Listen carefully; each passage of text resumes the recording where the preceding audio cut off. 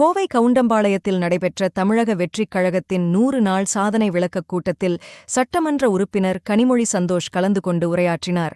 அப்போது சட்டசபையில் எதிர்க்கட்சித் தலைவர் உதயநிதி ஸ்டாலின் ஜோதிடம் பற்றி பேசும்பொழுது தனக்கு மிகவும் கோபம் வந்தது. ஆனால் அங்கு எதையும் காட்டிக்கொள்ள முடியாது என்பதால் தற்பொழுது அந்த உண்மையை கூறுகிறேன். நான் கட்சியில் சேர்வதற்கு முன்பு ஜோதிடரான தனக்கு கரூர் கம்பெனியை சேர்ந்தவர்களிடமிருந்து ஒரு செல்போன் அழைப்பு வந்தது. அந்த அழைப்பில் வருகின்ற சட்டமன்ற தேர்தலில் திமுகதான் வெற்றி பெறும் என்று ஜோதிட ரீதியாக கூறி எனது யூடியூப் பக்கத்தில் பதிவு செய்ய வேண்டும் எனவும் அதற்கு 15 லட்சம் ரூபாய் பேக்கேஜ் பேசினார்கள் என்று தெரிவித்தார்.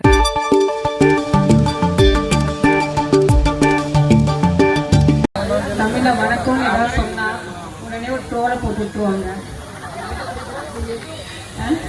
ட்ரோல்ல வந்ததே சொல்லிடலாமா? நம்ம சொல்லிடலாமா?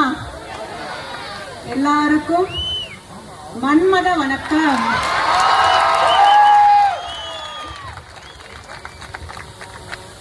அதாவது எந்த அளவுக்கு நான் சொன்ன மாதிரி நம்ம கேம்பெயின் ஸ்டார்ட் பண்ணதுல இருந்து நம்ம யாரையாவது மூங்கிருக்கோமா? ஏதாவது ஒரு வார்த்தை பேசியிருக்கோமா?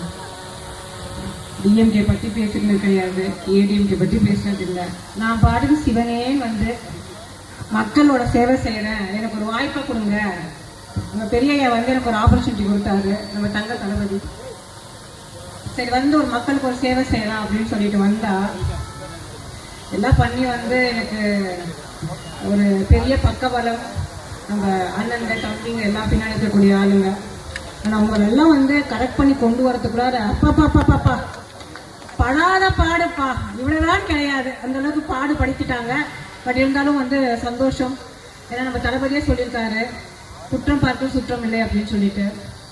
அதனால உங்க முன்னாடி இவ்வளோ ஒரு தெம்பா தைரியமா வந்து நிக்கிறேன் அப்படின்னா அதுக்கெல்லாம் காரணம் எல்லாமே நீங்க தான். சட்டசபை ஆரம்பிச்சதுல இருந்து ஒரு வகையில ரொம்ப சந்தோஷமா இருக்கு. என்னன்னு பாத்தீங்கன்னா 234 தொகுதி இருந்தாலுமே சின்ன குழந்தையில இருந்து 90 வயசு தாத்தா வரைக்கும் இந்த கவுண்டம்பாளையம் கனிமொழி எல்லாத்துக்கும் தெரியும். தெரியல இல்லைங்களா? பேசுறாங்களா இல்லையா? கனிமொழியால கவுண்டம்பாளையத்துக்கு பெருமையா இல்ல கவுண்டம்பாளையத்தினால கனிமொழிக்கு பெருமையான்னு தெரியல. ஆக மொத்தம் வந்து கவுண்டம்பாளையம் சரியான ரீச்ல இருக்கு. இதெல்லாம் ஒரு நம்மளுக்கு வந்து உண்மையிலே வந்து கடவுள் கொடுத்த ஒரு வரம். அதுக்கப்புறம் நம்ம தளபதி நம்மளுக்கு கொடுத்த வரம். 100 நாள்ல ஒரு இன்னைக்கு போட்டிருக்காங்க. ஏன்னா நம்ம வந்து நியூஸ் எல்லாம் கொடுத்தோம் இல்லைங்களா? இந்த 100 நாள்ல வந்து ஒரு மாபெரும் பொதுக்கூட்டம் பண்ணுன்னு சொல்லிட்டு அதில் ஒரு கமெண்ட் வந்திருக்கு. 100 நாள்ல இந்த மேனாமினிக்கு என்ன வேலையை செஞ்சு கிழிச்சிருக்கணும் அப்படின்னு பாத்தீங்களா? யாராவது இப்ப பார்த்துருப்பீங்கன்னு நினைக்கிறேன். 100 நாள்ல காலையில 6 மணிக்கு ஸ்டார்ட் பண்ணா நைட்டு 10-11 மணி ஆகும் வீட்டுக்கு வரத்துக்கு. அந்த அளவுக்கு நம்மளோட மக்களோட குறைகள் ஆகட்டும், பெட்டிஷன் ஆகட்டும், பெட்டிஷன் வாங்கி அவங்க தான் சொன்ன வீட்டில் வந்து புருஷன் முன்னாடி பிரச்சனைனாலும் நம்ம கிட்ட தான் வராங்க. வந்து இந்த பக்கம் திரும்புறேன். இன்னைக்கு ஒரு ஃபோன் ஒரு கால் வருது, சொல்லுங்கம்மா என்ன அப்படின்ட்டு. அந்த அம்மாவுக்கு வேலை இல்லையா, வீட்டுக்காருக்கு வேலை இல்லையா, பையன் படிச்சிருக்கானா பையனுக்கும் வேலை இல்லையா, அதனால உங்ககிட்ட வந்து ஒரு மனு கொடுக்கலான்னு வந்திருக்கோம். இங்க 3 பேருக்கு வந்து ஒரு வேலையை ஏற்பாடு பண்ணி கொடுங்கன்னு சொல்லிட்டு. எங்க இங்க நம்ம கவுண்டம்பாளையத்துல வந்து சிக்னல் வந்து ரயில் எடுக்கும்போது வருது. என்ன சொல்ல முடியும்?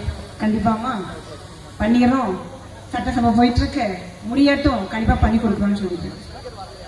அதனால மக்களோட சேவைகளை வந்து ஒவ்வொரு விஷயமும் முகம் சுளிக்காம கேட்டு பார்த்து ஒவ்வொன்றும் செய்யறதுக்காக தான் நீங்க என்ன ஒரு அன்போட ஒரு ஆதரவு கொடுத்து இந்த அளவுக்கு ஒரு வாக்கு வித்தியாசத்தை வந்து ஜெயிக்க வச்சிருக்கீங்க இல்லைங்களா? அதுக்கான நான் வந்து ஒரு உங்களுக்கான ஒரு ரெஸ்பெக்ட் ஆகட்டும், உங்களுக்கான கடமையை கண்டிப்பா செய்யறதுக்கு நான் எப்பவுமே இருப்பேன்.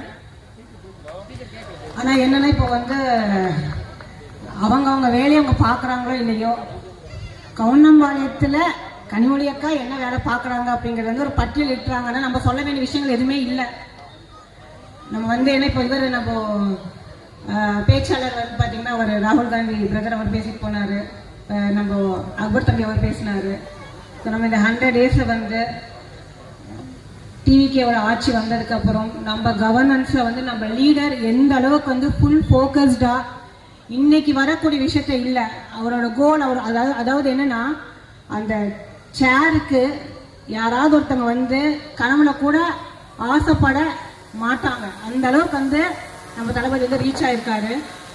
ஒவ்வொருத்தரோட குறைகளையும் நாங்கள் அங்கே உட்காந்துருந்தாலுமே எங்களுக்கு வந்து சிஎம் முன்னாடி உட்காந்துருக்காங்க அந்த மாதிரி ஒரு ஃபீலே இருக்காதுங்க. சட்டசபை வந்து இது வரைக்கும் உள்ளுக்குள்ளே போகும்போது அவர் ஒரு மாதிரி ஒரு பயம் பதட்டம் அந்த மாதிரி இருக்கும்.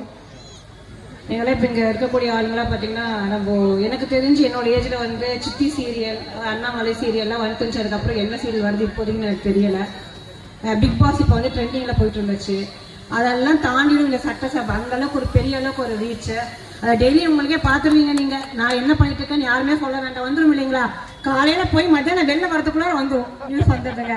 அந்த அளவுக்கு நம்ம ஊடக நண்பர் வந்து ரொம்ப சூப்பராக வேலை பண்ணிட்டு இருக்காங்க.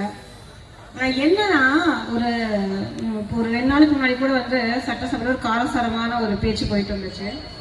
நம்ம எதிர்கட்சி தலைவர் இருக்காரு இல்லையா, நம்ம இவர் பிரதர் உதயநிதி பிரதர், அவரை நீங்கள் நேரமெல்லாம் பார்த்து நீங்கள்லாம் வந்து ஜோசியக்காரங்கிட்டலாம் கேட்டு தானே செய்வீங்க அப்படின்னு சொல்லி ஒரு வார்த்தை விட்டார். வந்துச்சு ஒரு கடுப்பு. ஆனால் என்ன பண்ணுறது, அதை எதுவுமே காட்ட முடியாது, ஏன்னா நம்மளுக்கான ஒரு மரபு இருக்குது அப்படின்னு சொல்லிட்டு நம்ம தளபதி சொல்லியிருக்காரு. பேசலை, சிரிச்சாலும் பிரச்சனை, அழுதாலும் பிரச்சனை, கை அப்படி காட்டினாலும் பிரச்சனை, கை இப்படி காட்டினாலும் பிரச்சனை. அந்த மாதிரி தான் போயிட்டு இருக்கு. சரி ரைட்டு, இன்னைக்கு ஒரு வாய்ப்பு கிடைக்கட்டும், நான் பார்க்குறேன்னு சொல்லிட்டு அன்னைக்கே இந்த உண்மையை சொல்லணுன்ட்டு இன்னைக்கு இந்த உண்மையை சொன்னால் கண்டிப்பாக ரீச் ஆகும். இதே ஜோதிடர்கிட்ட போன வருஷம் நவம்பர் 2025 வந்து நம்ம டிஎம்கே வேற யாரும் நம்ம கரூர் கம்பெனி தான், கரூர் கம்பெனி ஆள் அவங்க குரூப்ல இருந்து ஒரு ஆஃபீஸ்ல இருந்து கால் வருது எனக்கு. என்னங்கிறாங்க, ஒரு பேக்கேஜ் 3 மாசம் பேக்கேஜ் 15 லட்சம் ரூபா. எதுக்கு இப்போ இதுக்கு கிடையாதுங்க. அப்போ நான் வந்து டிவிகேக்குள்ளே நம்ம பார்ட்டிக்குள்ளேயே வரலை. என்னங்கிறாங்க, டிஎம்கே 2026 எலெக்ஷனில் வின் பண்ணுவாங்கன்னுட்டு நீங்கள் சொல்லணும், உங்களோட யூடியூப் சேனலில் போடணும். இந்த கட்டம் அங்கே இருக்காங்க, சனிங்க வந்துட்டா, குரு அங்கே வந்துட்டா, இதெல்லாம் போட்டுக்கிட்டு எப்படினாலும் வந்து நாங்கள் தான் வருவோம், நம்ம ஸ்டாலின் ஐயா தான் வரணும் அப்படின்னா நீங்கள் சொல்லுங்கள். அதுக்கு பேக்கேஜ் காசு 15 லட்சம் அப்படின்ட்டாங்க.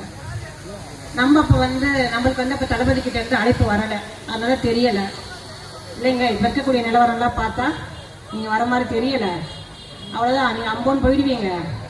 வரப்போகிற இன்னொருத்தவர் அவர் தான் வருவார் அப்படிங்கிற மாதிரி சொல்லிட்டேன். இல்லைங்க, அது வந்தாலும் பரவாயில்ல, நீங்கள் வந்து இந்த மாதிரி உங்களுக்கு நம்மளை ஃபாலோ பண்ணக்கூடிய ஆட்கள் இருப்பாங்க இல்லையா, நீங்கள் சொல்லுங்கன்னு சொல்லிட்டு அவர் இன்னைக்கு பேசுகிறாரு. எதை பற்றி? கொள்கையை பற்றி பேசுகிறாரு. அதை நான் வந்துச்சு, ஏன்னா வந்து அங்கே பேச முடியலை.